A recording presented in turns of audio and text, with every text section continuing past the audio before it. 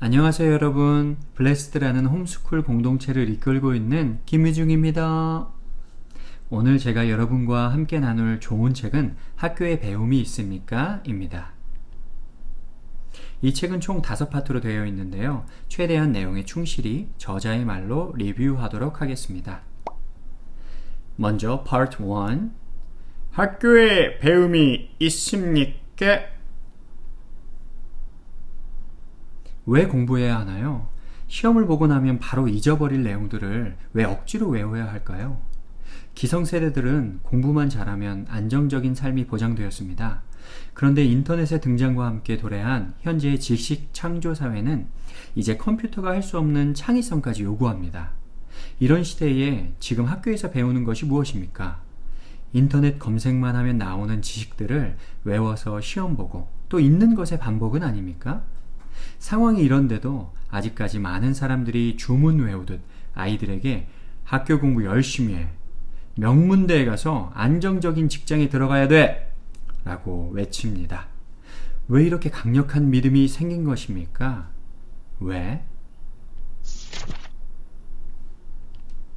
그럼 먼저 공교육의 시작에 대해 다뤄보도록 하죠. 공교육은 언제, 어디서부터 시작되었을까요? 현행 공교육은 1806년 프로이센에서 시작되었습니다. 당시 유럽에서 나폴레옹이 영토전쟁을 이어갈 때 프로이센이 이를 저지하기 위해 나폴레옹과 붙었지만 천하무적이라 불렸던 프로이센의 군대는 처참하게 패배하죠. 나라가 위기에 처하자 프로이센의 철학자 피이테는 독일 국민에게 고함이라는 역사적인 연설을 합니다. 그의 연설은 프로이센 지도자들의 마음을 움직였고 그들은 인구의 98%를 차지하고 있던 농민계층의 자녀들이 군수물자를 생산하는 노동자로 바뀌기를 원했습니다. 이때 도입된 것이 바로 의무교육제도 공교육입니다. 바보 만들기의 저자 존 테일러 게토는 프로이센에서 시작한 의무교육은 학교에서 어떤 사람을 길러낼 것인지에 대한 명확한 그림이 있었다고 말합니다. 명령에 복종하는 군인, 고분고분한 노동자, 정부 지침에 순종하는 공무원, 기업이 요구하는 대로 일하는 사무원, 중요한 문제에 대해 비슷하게 생각하는 시민들. 조금만 살펴보아도 의무교육을 만든 프로이센의 지도자들은 국민을 통제의 대상으로 또 국가를 위한 수단 정도로 생각했다는 것을 알 수 있죠. 1819년 인류는 처음으로 의무교육이라는 명목 아래 강제적인 학교교육을 받게 됩니다. 아이들은 선생님이 가르쳐 주시는 지식을 일방적으로 받아들여야 했습니다. 교육 내용 또한 과목과 단원으로 잘게 나누어 추상적이고 단편적으로 만들었습니다. 그래야 깊고 폭넓은 사고를 할 수 없기 때문이죠. 프로이센의 지도자들이 시행한 의무교육의 결과는 그야말로 대성공이었습니다. 아이들은 자기만의 생각 없이 그야말로 생각당하고 획일화된 채로 학교를 졸업했죠. 자연스럽게 그들은 기존 체제에 흡수되었습니다. 그런데 19세기의 이 악덕한 교육이 지금의 우리에게 어떻게 전해진 걸까요? 먼저는 영국입니다. 산업혁명 이후 영국의 공장에서는 수많은 노동자가 필요했죠. 그들은 프로이센의 의무교육을 그대로 따라하기 시작했습니다. 그 결과 1860년 영국 정부는 공교육을 법적으로 의무화하기에 이르렀습니다. 이는 미국의 상류층에게도 매력적인 제도였습니다. 1903년 정유사업으로 미국의 최대 부호가 된 록펠러는 일반교육위원회를 조직했습니다. 이들은 수많은 대중들을 시키는 일만 잘하는 노동자로 또 상류층을 위해 일하는 사람들로 만들기 위해 프로이센의 교육제도를 적극적으로 받아들이고 더욱 발전시켰습니다. 그럼 한국 교육은 어떤가요? 미래학자 엘빈 토플러는 한국 교육에 대해 이렇게 말했습니다. 한국에서 가장 이해하기 힘든 것은 교육이 정반대로 가고 있다는 것이다. 학생들은 하루 10시간 이상을 학교와 학원에서 자신들이 살아갈 미래에 필요하지도 않을 지식을 배우기 위해 그리고 존재하지도 않을 직업을 위해 아까운 시간을 허비하고 있다. 한번 생각해 볼까요? 왜 우리 모두가 지금 교육이 잘못된 걸 알면서도 그냥 계속 갈 수밖에 없는 걸까요? 핵심은 20세기에 도래한 고용사회에 있습니다. 버핏 연구소 소장이자 기업 분석 권위자인 이민주 소장은 그에 져서 지금까지 없던 세상에서 고용사회가 시작된 원인을 헨리 포드에 의한 자동차 대중화로 지적합니다. 헨리 포드는 어떻게 인류를 고용사회로 이동시켰을까요? 사정은 이렇습니다. 자동차의 대중화를 위해선 대량 생산이 필수였고 그가 찾아낸 해답은 분업이었습니다. 컨베이어 벨트 앞에서 같은 일만 온종일 반복하는 노동자들. 결과적으로 얼마 지나지 않아 대량 생산의 꿈은 이루어졌고 자동차가 대중화되자 막강한 산업들이 뒤를 이어 자연스레 발전했습니다. 필요한 노동자 수는 계속해서 증가했고 결국 1920년대가 되자 사회는 농업과 자영업이 주를 이루던 모습에서 직장에 들어가 월급을 받는 형태로 변모했습니다. 포드 자동차 회사가 인류 사회를 고용사회로 만든 것입니다. 하지만 고용사회에는 크나큰 문제점이 있었습니다. 일의 주인으로서 주도적으로 일했던 농부와 자영업자들이 고용된 노동자가 된 후 자신을 마치 하나의 소모품처럼 느끼게 되었다는 거죠. 얼마 지나지 않아 노동자들은 고용사회에 반발하기 시작했습니다. 그들은 누군가를 위해 기계처럼 시키는 대로 일하는 것을 매우 치욕스럽게 생각했습니다. 그런데 신기하게도 시간이 흐르자 사람들의 반발심은 점점 사라졌습니다. 그새 무슨 일이라도 있었던 걸까요? 당시 기업가와 자본가들은 이에 대해 물질적인 면과 정신적인 면에서 아주 효과적인 대책을 마련해냈습니다. 첫째, 월급을 안정적으로 제공하고 때가 되면 조금씩 올려주어 보상한다. 둘째, 공교육을 통해서 사람들의 생각과 가치관을 고용사회에 알맞게 교정한다. 이 두 가지 대응책 중 그들이 주력한 것이 바로 교육이었습니다. 10여 년 이상 받아야만 하는 의무교육을 통해 아이들에게 고용사회에 대한 가치관을 완벽히 주입했죠. 그들은 학교에 거액의 기부금을 제공했으며 학교 졸업장이 있는 사람들 위주로 회사에서 채용했습니다. 그렇게 20세기 후반이 되자 대학을 졸업해야만 직업을 가질 수 있다는 생각이 모두에게 잘 심겨졌습니다. 학교나 사회에서는 다음과 같은 판에 박힌 성공 법칙을 요구합니다. 초등학교 졸업, 중학교 졸업, 고등학교 졸업, 대학교 졸업, 그리고 취업, 결혼, 육아, 퇴사. 이지, 대학원 진학, 재취업, 퇴사, 권고사직 또는 명예퇴직, 정년퇴직. 또는 초등학교 졸업, 중학교 졸업, 고등학교 졸업까지 하고 공무원 시험 준비, 합격, 결혼, 육아, 정년퇴직. 지금의 학교 교육 과정을 들여다보니 상당 부분 직장인 양성 과정처럼 보이기까지 합니다. 학교가 나만의 일을 할 자유보다 직업 안정성에 초점을 맞추고 가르친 덕분에 대부분의 학생들은 피고용인으로 길러져 일생을 일자리를 잃을까봐 전전긍긍하며 살게 됩니다. 그렇다면 정말 우리가 살아가는데 필요한 지식이 무엇일까요? 우리 아이들이 진정으로 배워야 하는 것들 말입니다. 이에 대해 저자는 진정 필요한 지식이란 어떻게 인생을 살아야 하는가에 관한 것들이라 말합니다. 즉, 가슴 뛰는 직업을 찾는 법, 일에 지배당하는 삶이 아니라 삶의 균형을 찾는 법, 행복하게 사는 법, 가족과 이웃과 함께 더불어 사는 법, 세상을 발전적으로 이끌어가는 법 등 인생을 결정하는 근본적인 문제들에 대한 것들을 배워야 합니다. 인생에 있어 꿈은 아주 중요한 주제입니다. 그러나 학교에서는 꿈에 대해 말해주지 않습니다. 학생들에게 꿈이 뭔지 물어보면 돌아오는 대답은 거의 대부분 모르겠어요 입니다. 이렇게 학교가 배출해낸 아이들은 학교 과목에 대한 지식은 조금 있을지언정 정작 자기 자신에 대해서는 잘 모릅니다. 내가 어떤 분야에 재능이 있는지, 적성에 맞는 일은 무엇인지, 이루고 싶은 일은 무엇인지. 왜 그럴까요? 아이들이 자기 자신에게 집중하여 생각하는 시간을 거의 갖지 못하기 때문입니다. 학교에서는 돈에 대해서도 말해주지 않죠. 대부분의 사람들이 고용사회에 순응하고 살아가는 이유가 재정적 자유를 획득하는 법을 학교에서 배우지 못했기 때문입니다. 세계적인 베스트셀러 작가 로버트 기요사키는 학교에서 금융교육을 하지 않는 것에 대해 부자들의 음모에 대해서 다음과 같이 주장합니다. 미국에 노예제도가 존재하던 시절 노예들에게 교육하는 것은 금지되어 있었다. 교육받은 노예들은 위험하기 때문이다. 오늘날 학교에서 아이들에게 금융교육을 하지 않는 이유는 그들을 부자들의 노예로 만들기 위해서이다. 바로 임금노예로 키우는 것이다. 반면 전 세계 인구의 0.2%에 불과하지만 세계적으로 막강한 부를 자랑하는 유대인들의 교육을 살펴보겠습니다. 그들은 가정에서 부모가 자녀에게 대화와 토론을 통해 돈에 대해 직접 가르치며 경제교육을 합니다.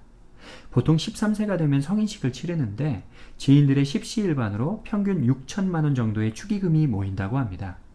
아이들은 이를 종잣돈 삼아 투자를 시작하고 20대가 되면 이미 10여 년의 경험이 쌓여 독립적인 경제 능력을 갖추게 됩니다. 우리와는 매우 다른 모습이지요. 학교 교육을 성실히 받은 아이들이 결국 돈에 의해 지배받는 삶을 살게 되는 것, 이것이 우리의 아픈 현실입니다. Part 2. 내 생각의 주인은 바로 나. 많은 부모님들이 자녀를 사랑하는 마음에 아이들이 좀 더 편하고 안정된 길로 갔으면 하는 바람을 가지고 있습니다. 아이가 스스로 도전해보고 실패를 겪는 과정을 통해 많은 것을 배우고 강인하게 성장한다는 사실을 참 잘 믿지 못하죠.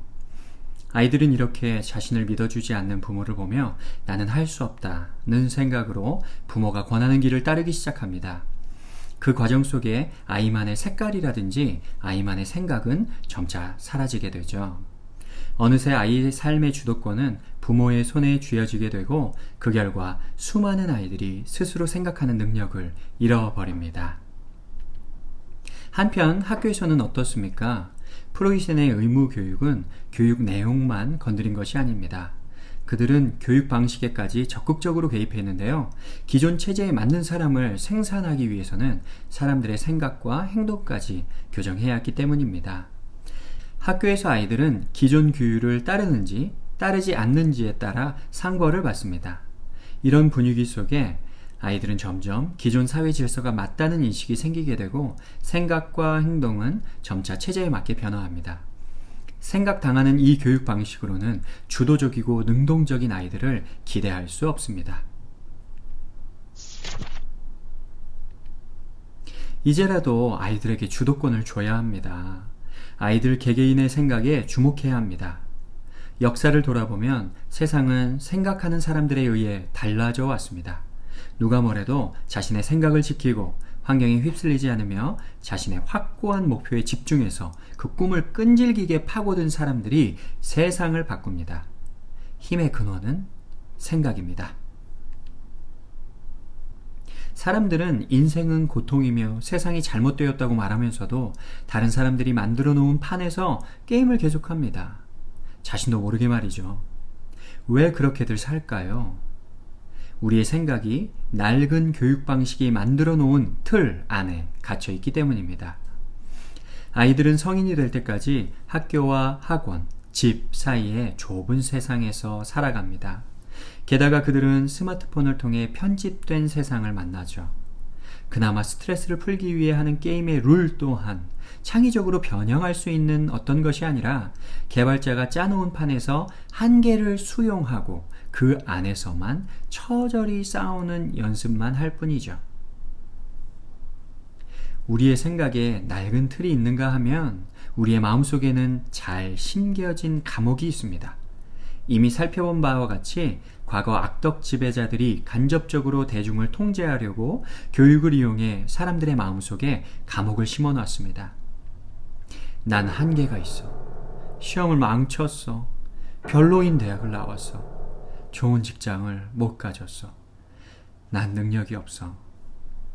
이런 감옥은 모두 스스로 주인 될 힘이 없다고 생각하게끔 잘 만들어진 것입니다.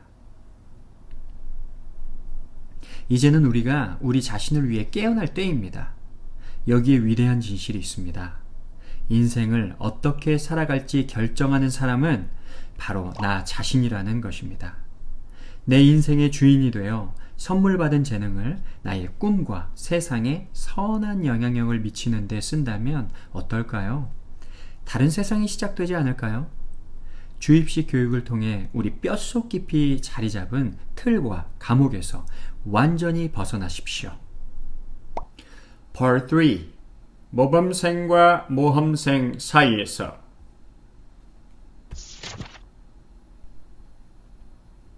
저자는 세상은 넓고 다양한데 사람들의 삶의 방식은 몇 가지밖에 안 되는 현실에 대한 해답을 찾기 위해 연구하기 시작했습니다. 그 결과 세상을 살아가는데 4가지 삶의 방식에 따른 직업군이 있다는 것을 알 수 있었습니다. 첫째, 돈도 없고 시간도 없는 직장인. 돈은 많은데 시간이 없는 전문직 종사자, 고소득 직장인. 시간은 많은데 돈이 없는 저소득 자영업자. 시간도 많고 돈도 많은 시스템이 대신이라는 사업가와 돈이 대신이라는 투자가.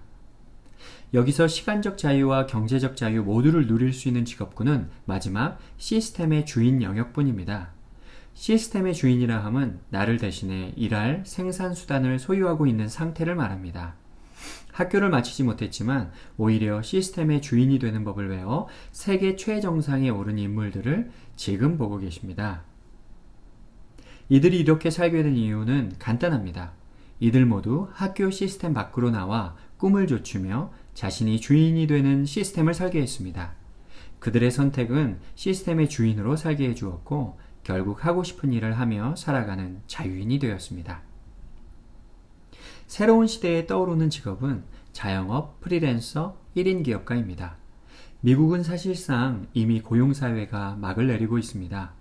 미래학자 토머스 프레이는 미래와의 대화에서 앞으로 프리랜서로 일하는 사람이 40%에 이를 것이라고 말했습니다. 기계화된 단순 반복적인 노동에서 벗어나 의미 있고 심오하며 재미있는 일을 해야 하는 시대가 오고 있습니다. 다가오는 세상에 대비해 우리는 어떠한 교육을 해야 할까요? 저자는 다음과 같은 5가지의 기본 교육이 있음을 말해줍니다.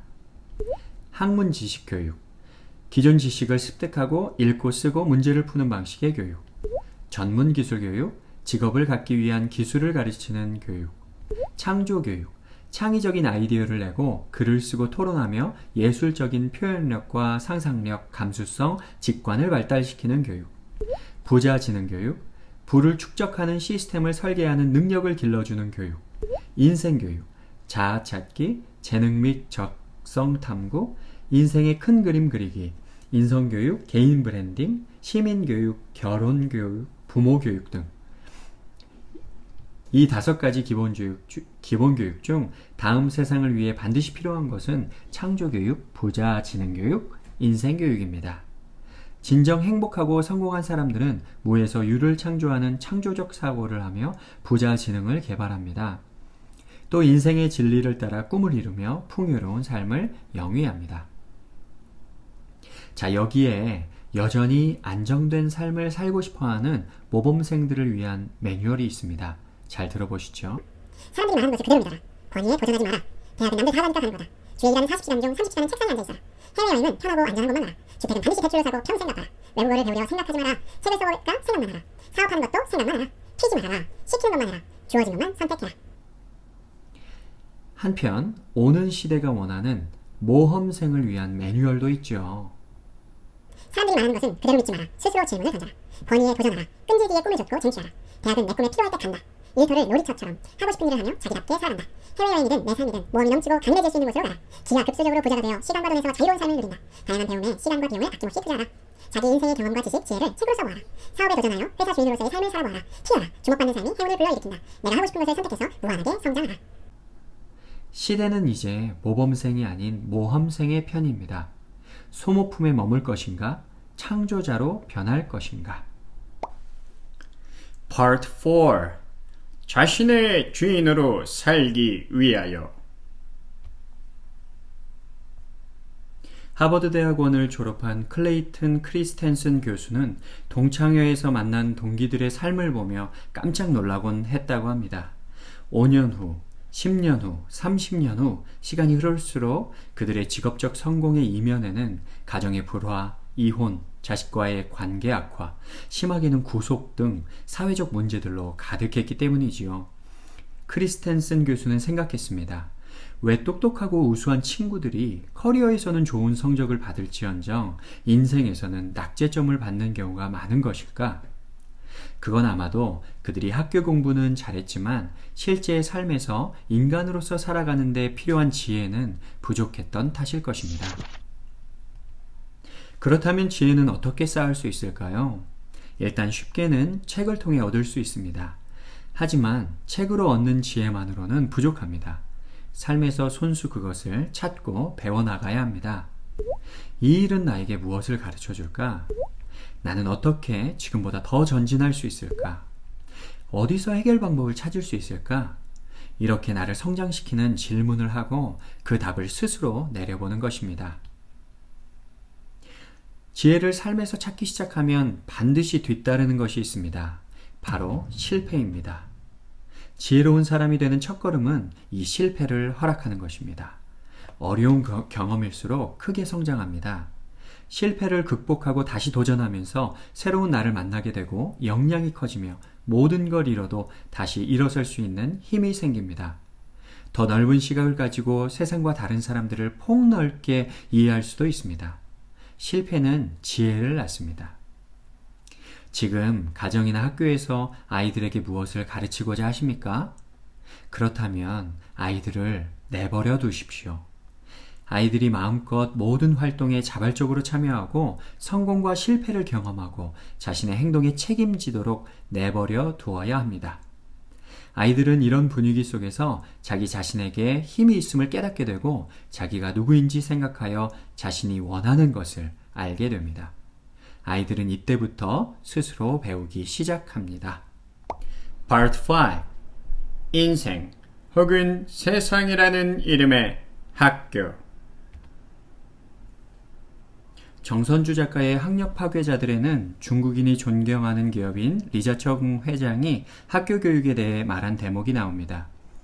여러분은 학교에서 배우는 것이 공부의 전부라고 생각할지 모릅니다. 하지만 학교를 졸업하고 나서야 진짜 공부가 시작됩니다.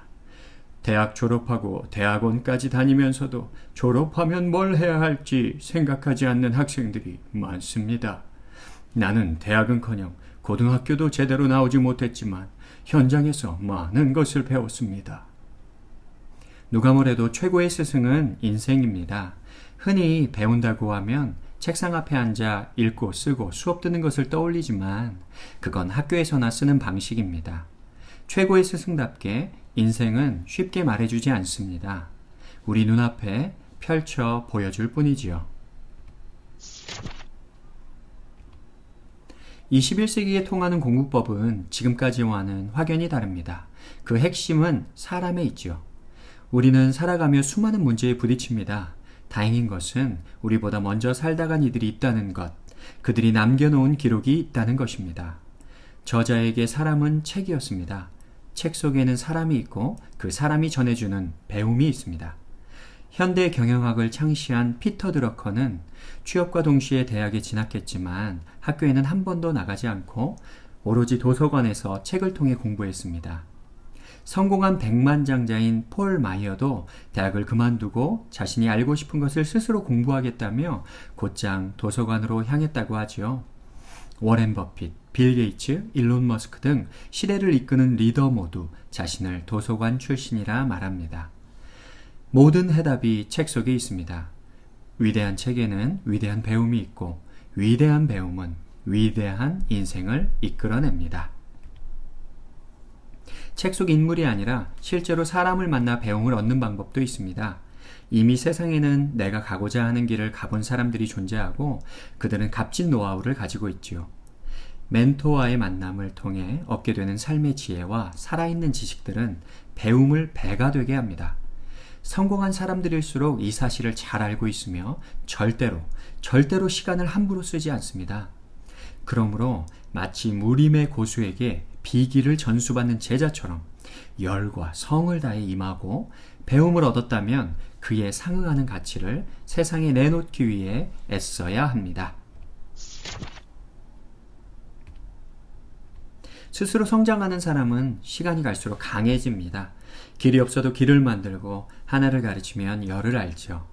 어떤 부정적인 환경이라도 자신에게 긍정적인 영향으로 승화시키고 강인하게 자기다운 인생을 살아갑니다. 그는 지금 무엇을 해야 하는지 알고 있습니다.